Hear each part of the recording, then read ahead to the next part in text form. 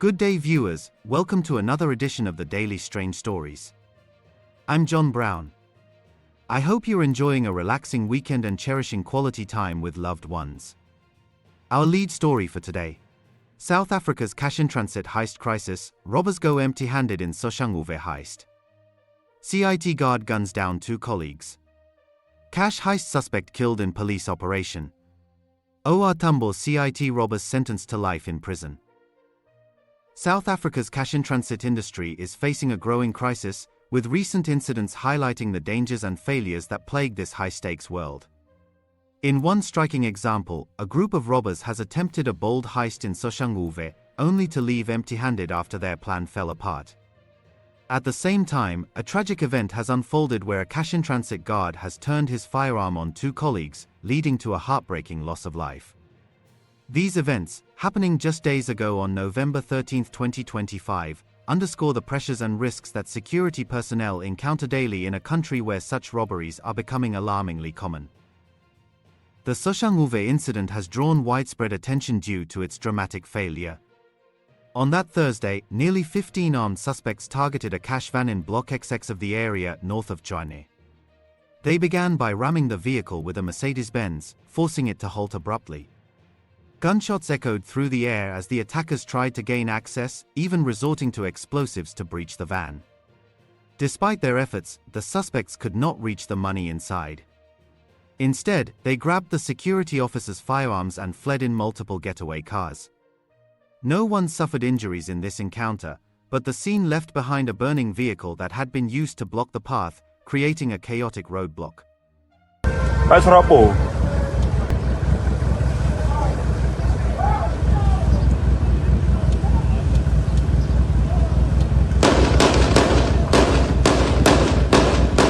Police are now actively searching for these individuals, piecing together clues from the dramatic video footage that captured the van stopped amid the turmoil. This botched attempt serves as a reminder of how even well-planned operations can unravel, leaving criminals with nothing but the risk of capture. Adding to the sense of crisis, another event on the same day has exposed the internal strains within the cash-in-transit sector. In Midrand, in Nqeto province, behind the Gallagher Convention Center on Kingsway, 3 security guards from the same company gathered after their shift. What started as a casual gathering with drinks turned into a heated argument. One of the men, aged 36, pulled out a firearm and shot his 2 colleagues, aged 29 and 31, before using it on himself. Paramedics arrived to find all 3 in their full uniforms, but it was already too late. They were declared dead at the scene. Nqeto police have opened 2 murder cases and an inquest, with investigations ongoing to uncover what sparked the dispute. Witnesses nearby at the time are expected to provide statements, helping to clarify the sequence of events. I'm Lieutenant Colonel Mavela Masondo. I'm the spokesperson of the police in Gauteng. Colonel, we are at the crime scene, unfortunately, a very brutal one. If you can kindly share the details of what exactly has happened. Yes, it is said indeed. The preliminary investigation suggests that 3 security officers who are from the same company were sitting in this road enjoying themselves when an argument started amongst them. It is alleged that one of them took out a firearm and shot at the 2 colleagues. He then turned the gun on himself. So far we've opened 2 cases of murder and an inquest for investigation.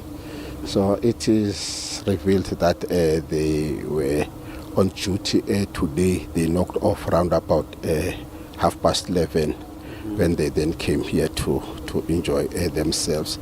As for now, we are not sure what triggered that argument, but it forms a part of investigation. So there are people that were nearby, so we'll be taking a statement from them there. But so far we've opened an inquest, a docket, and 2 cases of murder. Colonel, have you managed to at least get an information as to the age of all the deceased? Yes, we managed to get the ages. The information that we are having is that the one who pulled the trigger is 36-year-old man, and the other two deceased, the other one is 29, the other one is 31. When you arrive at the scene, what kind of a situation have you encountered? Colleagues or perhaps families? Yes, we understand there are family members that are already at the scene, but that does not give us a permission now to divulge the names of the deceased. Yes, but then we understand that the family members are here and the other colleagues are also here. Yes. And the other information was that, as you see, that it happens next to a Pan-African Parliament. So there were some police officers that were nearby. Unfortunately, when they heard a gunshot, when they went to the scene, it had already happened. So there was no way that they can avoid it. This incident has left families devastated, raising questions about the stresses faced by those who protect cash transports, often under immense pressure from the constant threat of attacks. These recent happenings are part of a larger pattern that has been building across South Africa. Just a day earlier, on November 12, 2025, in KwaZulu-Natal, a 45-year-old suspect linked to multiple cash-in-transit crimes met his end during a confrontation with police. The Hawks unit, acting on intelligence, pursued the man on Cassia Road near the Tshwane club. Around 11:05 in the morning, a shootout broke out at the Hillcrest off-ramp, resulting in the suspect being fatally wounded. He was wanted for an attempted murder case from 2025 in Estcourt, a 2024 heist in Mnikelo, and another 2025 heist in Winterton.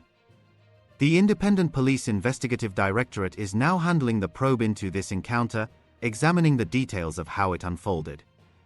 Emergency responders confirmed the man was dead at the scene, marking another chapter in the ongoing efforts to track down those involved in these crimes. Looking back slightly further, a heist at Somerset Crossing Shopping Centre outside Lundi on November 5, 2025, shows how criminals are adapting their tactics. 5 suspects entered a discount supermarket around 10:40 a.m., posing as ordinary customers. They targeted 2 security personnel delivering money, holding them at gunpoint and forcing them to lie on the ground. The attackers removed cash bags from the delivery trolley and took 2 service pistols, a 9mm Nqeto and a 9mm Vector CP1, both loaded with live ammunition. Their escape plan hit a snag when they found the back gate locked, so they doubled back through the store and exited from the front. Surveillance footage captured them fleeing to waiting vehicles, a white bakkie and a white car, parked at the rear of the center. The armored vehicle's driver, stationed at the back, only learned of the robbery after it happened and did not see the events. Police have registered a case of cash-in-transit robbery and are urging anyone with information to step forward, as the amount of money taken remains undisclosed. No one was hurt in this incident, but it illustrates the calculated risks criminals take in busy public spaces. Statistics paint a stark picture of this escalating issue. In 2024, more than 200 cash-in-transit robberies occurred nationwide, with KwaZulu-Natal leading as the highest-risk province at 27% of cases, followed closely by Gauteng at 25%, the Eastern Cape at 21%, and others trailing behind. By early 2025, the trend has continued, with KwaZulu-Natal accounting for 34% of incidents up to March 6 of that year. Gauteng follows at 24%, while provinces like Northwest and Western Cape see smaller shares. Experts from the Cash-in-Transit Association in South Africa note that criminals are increasingly favoring on-the-road attacks over cross-pavement ones, with 22 such road incidents in the third quarter of the 2024 to 2025 financial year compared to just 7 pavement attacks.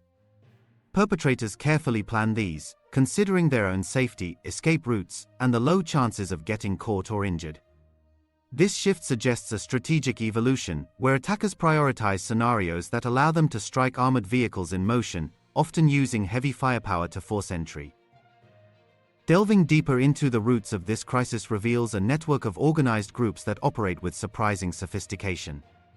Research by a University of Cape Town PhD graduate has uncovered how these criminal networks function like adaptive organisms, reshaping themselves to survive disruptions. Far from chaotic, these groups form temporary cooperatives around a core nucleus for each heist, then disband and reform with different members for the next. Leadership emerges based on who has access to key information or resources rather than a fixed hierarchy. Connections between members are multilayered, with gatekeepers linking separate clusters to maintain cohesion. This structure allows the networks to bounce back quickly from arrests, as relationships built during one operation often lead to future collaborations. Recruitment relies heavily on reputational trust within the criminal world. A specialist, such as a bomber or driver, might join a group without prior personal ties, as long as a trusted intermediary vouches for their skills and reliability. This approach keeps operations secure by avoiding unknowns who could be informants, while ensuring efficiency through proven expertise. The networks balance security and functionality, staying small enough to control information flow but connected enough to pull off complex attacks. Simulations show that random arrests have little impact on dismantling these structures, but targeting key individuals, like those bridging clusters, can cause the coordination to collapse rapidly. Intelligence-led policing, focusing on these vulnerabilities, proves far more effective than broad sweeps. However, challenges in South Africa's law enforcement hinder such targeted efforts. Agencies like the South African Police Service and the Directorate for Priority Crime Investigation face resource shortages, with analysts often isolated from detectives and systems fragmented. Collaboration with private security firms, which hold valuable data, is inconsistent due to mutual distrust. Monitoring these fluid networks requires skilled personnel and intensive work, but analysts are underpaid and in short supply. Public and political demands for quick, visible actions, such as large-scale raids, often lead to short-term disruptions that ultimately strengthen the networks. Each incomplete takedown allows them to adapt and become more resilient, evolving their methods to evade capture. This pattern is not isolated to South Africa. Many countries deal with high rates of cash-in-transit crimes, though the intensity here stands out. Solutions in other places involve tailored, intelligence-driven strategies, and experts argue South Africa needs similar long-term approaches. Recommendations include implementing a national strategy for cash services robberies without delay, creating data-sharing frameworks between police and researchers, and investing in training and fair pay for analysts. Ending isolated operations and shifting from politically motivated quick fixes to sustained interventions could target the network's weak points more effectively. Beyond policing, addressing broader societal issues is crucial, as many involved view this as a professional path, with recruitment cycles perpetuated by economic hardships. Echoing these insights, a case from 2015 demonstrates how persistent these networks can be, with justice only recently served. Two men, Phiwokuhle Msuthu, aged 39, and Lundi Gumenge, aged 41, have been sentenced to life imprisonment in the Mthatha High Court for their roles in a series of cash-in-transit robberies in the OR Tambo district. Convicted of murder, attempted murder, aggravated robbery, and unlawful possession of firearms and ammunition, they are now barred from owning firearms. The life terms stem from the killing of a Fidelity Security Services employee, Nqeto, during a robbery near Tshwane. Additional sentences include 15 years for hijacking a Mercedes-Benz ML63 used as a getaway vehicle, 20 years for attempting to murder two guards at St. Barnabas Hospital, and more for related charges, all running concurrently. Msuthu received an extra 15 years for leading the Lusigisi robbery. The group carried out 3 attacks between September and November 2015, armed with automatic rifles and high-caliber weapons. The first struck on September 14 on the R61 between Lusigisi and Port St. John's, taking 2.5 million rand and security firearms, aided by an insider who later became a state witness. On November 2, they ambushed a vehicle near St. Barnabas Hospital, wounding the driver who fled into the hospital grounds amid continued gunfire, and another employee. 2 days later, on November 4, on the N2 between Tshwane and Mthatha, Nqeto was killed while escaping, a colleague was shot and coerced into providing the safe code, and a third guard spent 3 months recovering from wounds. Court findings revealed meticulous planning, with Msuthu, a former cash transport worker, using his insider knowledge to organize. He recruited from Cape Town, arranged firearms and vehicles, and led operations where firepower was intended to overwhelm any resistance, even at the cost of lives. Of 6 arrested suspects, 2 died before trial and 2 others were acquitted. The decade-long process involved delays from changing lawyers and contesting confessions, which the judge saw as lacking genuine remorse. Rejecting pleas for leniency based on time in custody, the court emphasized the severity of the crimes, describing them as among the most heinous possible. These stories, from failed heists and internal tragedies to long-awaited convictions and expert analyses, reveal the intricate web of South Africa's cash-in-transit crisis. Criminals operate with calculated precision, adapting to law enforcement's moves, while security guards navigate daily perils that can erupt in unexpected ways. The statistics show a rising tide, particularly in provinces like KwaZulu-Natal, where preventive measures are urgently needed through collaborative efforts. Research highlights the need for smarter, network-focused strategies to disrupt these groups at their core, rather than surface-level responses. As the country grapples with this ongoing challenge, understanding the human elements, from the motivations of perpetrators to the dedication of those fighting back, offers a path toward change. What do you think could be the most effective way to finally curb these cash-in-transit robberies in South Africa? Stronger policing, better economic opportunities, or something else entirely? Share your thoughts in the comments below. Thanks for watching this news bulletin. Please share your opinion in the comments section. We would be glad to read and respond to your comments. Let's meet again tomorrow in our next strange story. Enjoy the rest of your weekend and have a relaxing Sunday.